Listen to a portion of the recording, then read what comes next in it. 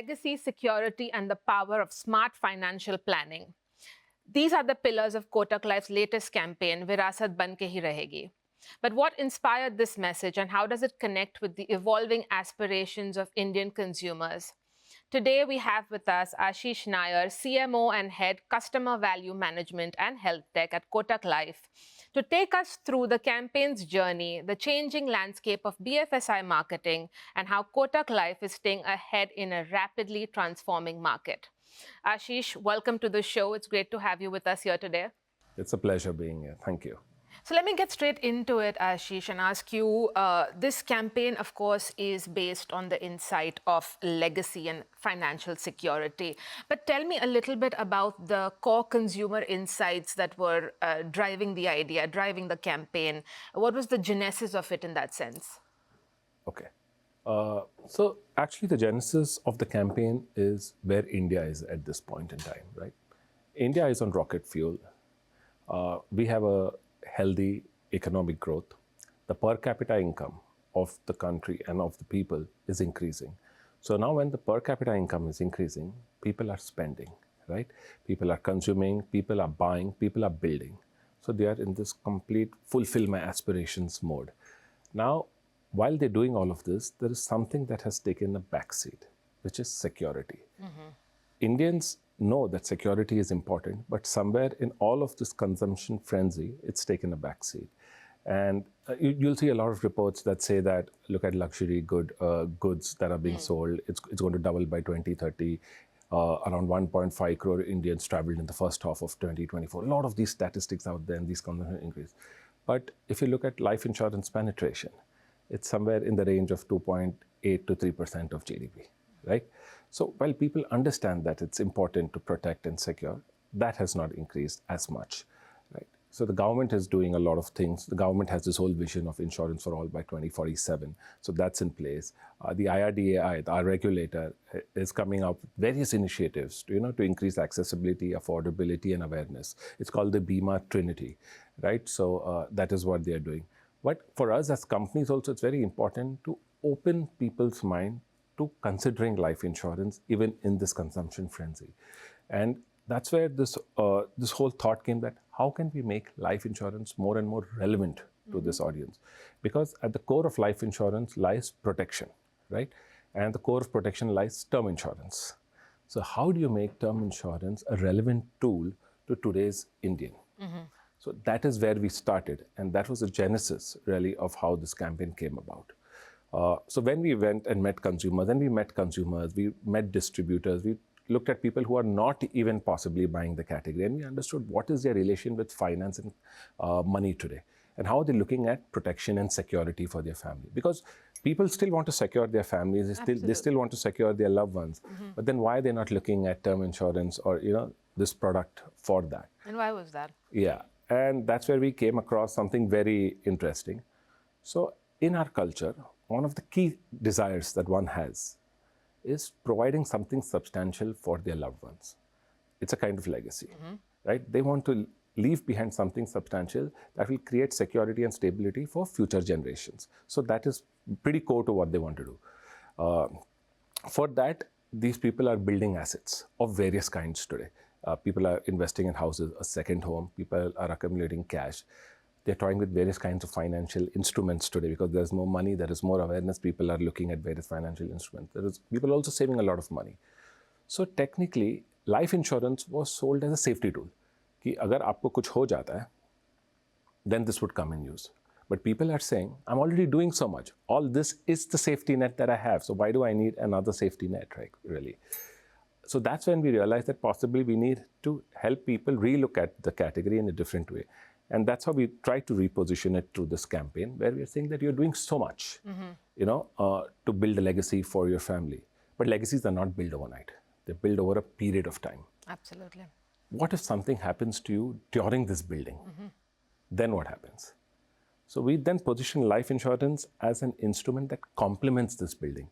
In case something has to happen, the large sum assured that you get through life insurance can then be used to complete those streams. So it can be used to pay off the EMI of the house, or it can be used to invest the money towards a certain goal, because you get a large sum of money if something happens in life insurance. So that's how we're saying that your building, whatever ambition you had for your family, that will be complete. And this is the product that will complement the efforts of building.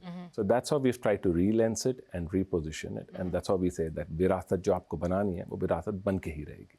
So that's how we've tried to position this whole And category. it's interesting because, like you mentioned, of course, we have this innate need for security, and we save. We're a saving culture as well. But at the same time, there's this aspiration for more and consumption growing. But tell me this, let me just dig into a little bit of what you said on how do you balance that, that traditional kind of fear-focused approach to storytelling with something that is not as much about fear, but changing the narrative a little bit in the insurance space. So any thoughts on that? Narratives have to align with culture, right? If you have a narrative that is going against culture, then people will not resonate with either your brand or what you're trying to tell them. They won't relate. Yes, right. They won't relate. Today, people are very buoyant. They are very aspirational. They're very confident. They say that we can do it. There is the sense of anxiety that is there, but that is overpowered with the sense of positivity. So you really cannot talk to them in a way that possibly pulls them down. Your narrative has to be empowering. That you want to do this, or X, Y, Z you want to achieve, we will help you achieve it. We are your partners that will help you achieve it. So the narrative has to be empowering. There is no way in today's India that you can possibly talk about a scenario where things cannot happen, or you can paint a very sad scenario, because then people won't relate to you. They may think that this is not a brand for me. And for anybody to consider your brand, empathy is very important. Right. And unless you talk to them in a method, in a tone, as per their desires, and offer a unique perspective, they will not relate to your brand. So there is no way you can talk in that tonality possibly anymore. Absolutely. Empathy and empowerment, that is the theme, I think, across. Let me get into the nuts and bolts a little bit, Ashish. In terms of your media mix, in terms of, the mediums that you are using to, spread the word, put the campaign out there, target consumers, what are you looking at? Which will give us a picture of course, who you're targeting then. Yeah. So since I said this is largely around term insurance, the key TG for term insurance lies between 25 and 45 years, right? But within this 20 and 45, there are various sub-segments, right? So there is this young professional who has possibly just entered the job market. For him or her, term insurance may mean something very different. Then there are women. Today, term insurance is not sold much to women, because it's all either, as a secondary income, or they're seen as a secondary income, or possibly they think it's not even as long as the husband is. But today, women are contributing equally into asset building. If you see more, if not more, if you see homes and the registrations of homes, you'll say they're all in joint names. So women are contributing equally to the asset building. They are contributing equally to the future of the child. Right? The school is largely chosen by the mother. The extracurricular activities, etc., are chosen by the mother. Father has a very limited role to play, let's put it that way. So today they're playing a very important role in this asset building. So we need to talk to the women, we need to get them into the fold, and we need to change their perspective that this is equally important for you, right? So you need to start looking at this instrument very, very keenly. Then there is this family man, the common man, as we say, to whom obviously everybody is talking to. Then there's the self-employed. They have a different perspective of why term insurance is relevant or not relevant for them. And then this is affluent people. So there are various stages within this 25 to 45. So there is a core piece of communication that goes out there, but the nuanced insights for each of these stages is very different as to why it will appeal to a woman, or why it will appeal to a young jobber, or why it will appeal to an affluent guy. So for us, digital becomes the key medium, because this kind of segmentation and this kind of reach is available only through digital. True. Right? So we are largely communicating digital first across most of our campaigns. And then we create messaging or pitches for each of these cohorts, so that people understand why a term insurance is relevant to them. So that is what we have done. So we take a very segmented approach, a digital first approach. Also, since this is a new narrative and insurance is largely sold through an advisor, right? It is very important that everybody understands this, right? And that too in their native language. So we have translated this in around 8 or 9 languages. Okay. Even the website, where the landing page, as we call it, is in 8 or 9 languages because it's a new concept. We want people to understand it right in their language. Because if you see, there's I think, a PwC or KPMG report that says that for tier 2, tier 3 cities, right? If you talk, 70% of the people want the communication in their language, right? So it is very important that we have that. And also a lot of our advisors are in those cities, and for them also, their native language is their comfort. So we need to communicate. So all our, POS, our pitches, our key communications, all translated in 8 or 9 languages, so that the concept is understood right. Because this is the concept that is helping change the lens, and it's very important that people understand it right so that they can sell it right. And people who are receiving it understand it right so they can buy it right for the right reasons. So that is how. It's a largely digital first segmented approach that we take in multiple languages. That's how really that we are going.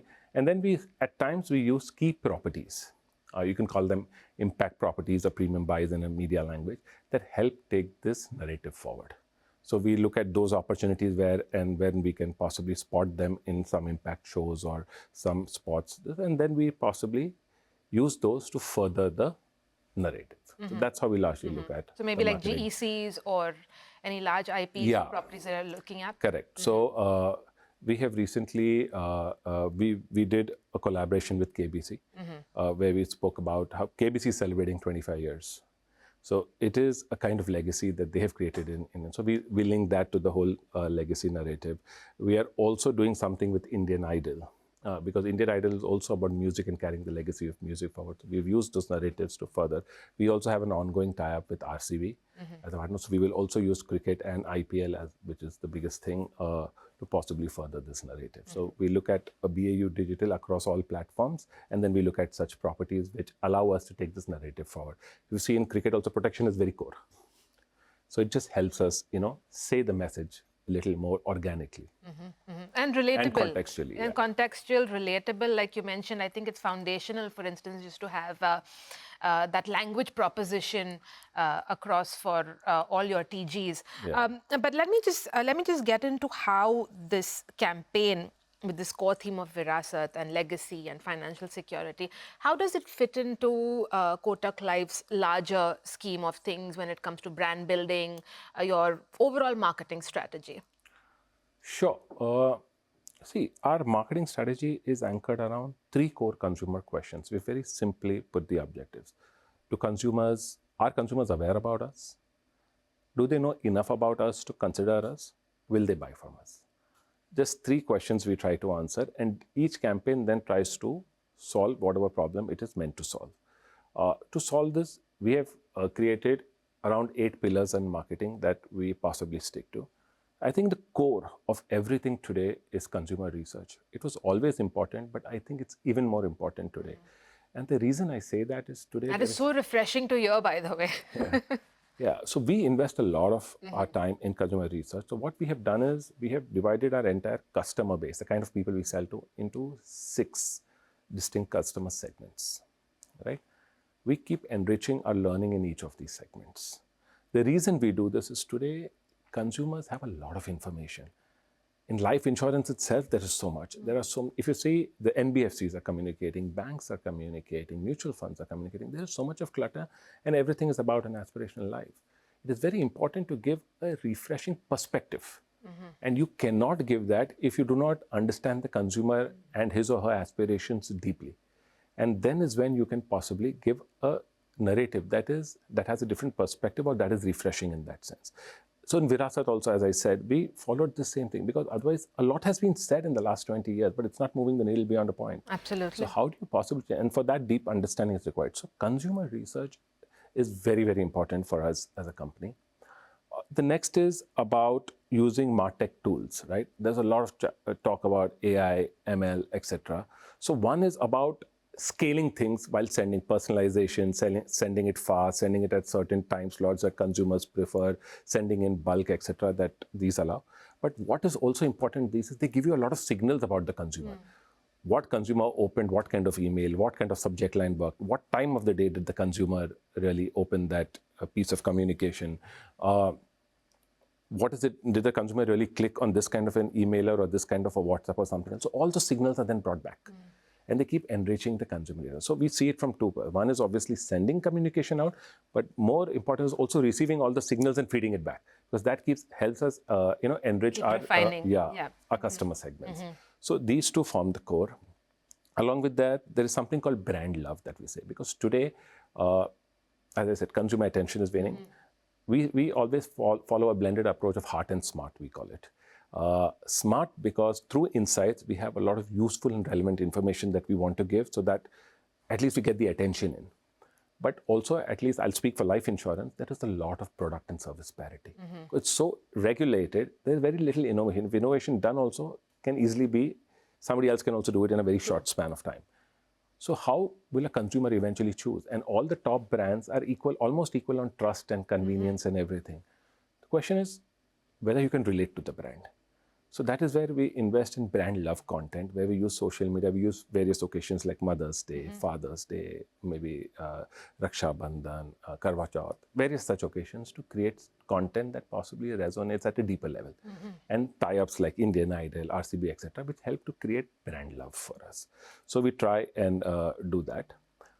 The fourth and fifth is media and measurement. Media today, as we all know, is getting trickier and hyper-fragmented. Resources are not increasing in that proportion as much as media is, right? And with digital itself, there are so many options. There are, and the more trickier part is the algorithms of various social media platforms keep changing. Content formats keep changing. Today something else is trending, tomorrow something else will trend. Content formats are shrinking, and also then measurement needs to be done. So that is also not very clear at various points in time. So understanding this whole media framework is very important. So we keep a constant eye on that, and we keep meeting a lot of our media partners so that we're able to understand how we want to use media, rather than just being part of a trend or a frenzy that possibly may just give a tick mark of possibly looking good, but really does nothing for us. Next is measurement. Measurement, again, depending on which part of the funnel, whether it is top funnel, then you look at things like brand awareness, how many people came to the site, did my branded search queries go up, etc. Then if it's if the second level, then you look at consideration, really did the ad imagery of the company change? Is this company, are people relating more to the company? Did people spend more time on my website? And then obviously the bottom funnel is the quality of the lead that's come in. Is it really converted into a sale, all of that? So it is really depending on that. Another very important area for us, because two key important areas. One is insurance is largely sold through the intermediary, right? So we really need to enable this person. Right. So a lot of work goes in enabling. There are a lot of content that we create for training, a lot of pitches that we create, a lot of collaterals in multiple languages, etc. So a lot of work goes in supporting that. And last, but by no means the least, is peer-to-peer recommendation is big today. Whatever you want to buy, if you're following a certain person or people like you have bought that, that really helps induce a purchase. So we have a very thorough influencer program actually that we run. So these are the 7 or 8 pillars around which we really anchor our entire marketing program. But research being the fulcrum of everything. Which of course feeds into campaigns like everything, like this one. You've been, of course, in the BFSI space quite a while. You've seen the evolution. Tell me today, 2025, what are some of the key trends driving major shifts in BFSI marketing? And how you engage with your consumers, whether it's tech driven or whether it is just how storytelling has changed. Zoom out and give me the big trends, big picture view. Fair. I'll try and put a few on the table so that we can discuss it. I think one of the biggest trends is cohorts and segmentations. I think we've been toying with this idea for quite some time now, but initially segmentation used to be few demographic and geo-led segmentation. Today, as I was saying, at Kotak Life, we have segmented our customers basis almost 120 parameters. Wow. Okay, so what is the customer buying? What is the ticket size? What is the kind of payment frequency? How often is the person renewing? Is the person renewing a policy with a delay or before time or on time? What is the family size of the person? So there are various such parameters that are coming, which is helping us enrich our data, as I said earlier, as I mentioned earlier. So we are looking at a lot of these parameters. So 120, some there are even more actually, frankly, but I'm just using a number. So it's across a lot of these signals. So cohorts and segmentation are going to get deeper and deeper, smarter and smarter, so that you are able to understand your consumer better. And you will see a lot of companies investing a lot of their time, energy, and resources in that field. Right. The second is, as you rightly said, MarTech tools are also here to stay, and they're here to possibly be of much more uses than just being the front end of deploying. So one is obviously it leads back into research, as I said, but even from a deployment point of view, we have just scratched the surface when it's come to AI. There is a lot to explore with AI. Today, largely it is for giving very basic signals of possibly creating a piece of content that is possibly looking good and sending it out. But it, as I said earlier also, it has a lot of use cases in subject lines. When you send an emailer, what kind of subject line is going to resonate with you vis-a-vis it's going to resonate to me? What time of the day am I supposed to shoot the emailer? AI is also influencing media in a big way. If you see how targeting in media is happening today, a lot of contextual targeting is happening because of AI. Basically, you just have to feed AI with the signals of when this kind of emotion happens, show my ad. When you see this kind of a logo, show my ad. If this kind of content is seen, because AI can read the content also. Right. Please show my ad. So a lot of contextual targeting is happening. So we'll see a lot of work that's happening in that space. But obviously with technology, as we always say, we overestimate its we overestimate its impact in the near future and then underestimate in the long run. So we have to keep an eye. It's not that we have to jump onto every opportunity that is there. We keep an eye and see how it works for you. In fact, we are also using AI in a very interesting way at our end. For us, the advisor, right? We send insurance through the advisor. An advisor has many clients, and there are various pitches. So now we have got a technology through which we can customize pitches in the advisor's voice and give it to him, which he can then give it to his customer. So it's almost like the advisor talking to you on WhatsApp, right? So with his image, with his voice, we can shoot him. And we can shoot him once and then we can deploy. Quality. Same tone and quality, and then he can just deploy it all. So he need not really meet them or send them a brochure, which people don't. Like people engage better with video content, right? So we've enabled that for our advice. So there are many such use cases where I think tech is going to come in a big way to possibly help. I think third is experiences. Today, if you see, there are reports that say along with the product and service, consumers are rating experience as equally important, experience of interacting with the brand. So even if you're a legacy brand, but you don't give the right experience, he or she is ready to move to the next brand that's providing the right experience. The right experience is almost rated at 90-95% consumers as equally important as the product and service. So brands will have to invest a lot in providing the right experience, seamless experience, and an omni-channel experience. Because today we have a lot of touch points. Brands have, got a website, they've got a call center, they've got an app, they've got a bot. Experience varies. You will have to give a possibly, seamless experience so that when you're moving from one to the second to the third, there is no break in that journey. The most simplified version of how you then make your decisions, what is that one filter when it comes to your media choices? When it comes to or strategizing, media, for me, media means where the consumer is. So we don't plan media, we plan the consumer. If the consumer is going, we have segments, right? Where this TG is going. Depending on where the TG is going, we are planning our media. So there could be one TG that's only on social. So there could be a media plan that's got nothing but social. And social also will be over-anchored on possibly one platform. Because you realize if you take all three, you have a 90% duplication. What do you do with all three then? Right? So it's really, we are not planning media, we are planning audiences. So that is one way we are looking at it. How do you strike that balance between emotional storytelling and business impact? As I said, somewhere in the conversation, heart and smart. A lot of work going into creating the smart, as I said, all of these signals, all of this research, etc., creating smart content, which is relevant, contextual, and useful. All three, because otherwise there is no interest garnered.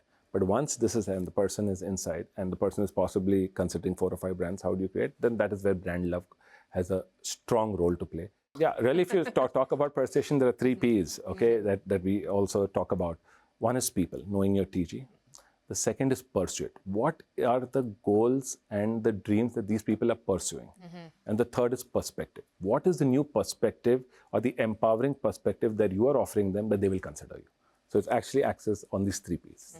Well said. It's a great note to end our conversation on, the 3 Ps, and of course, heart and smart. Thank you so much for your time, Thank you so Ashish. much. Great chatting with you. Thank you so much. Thank you.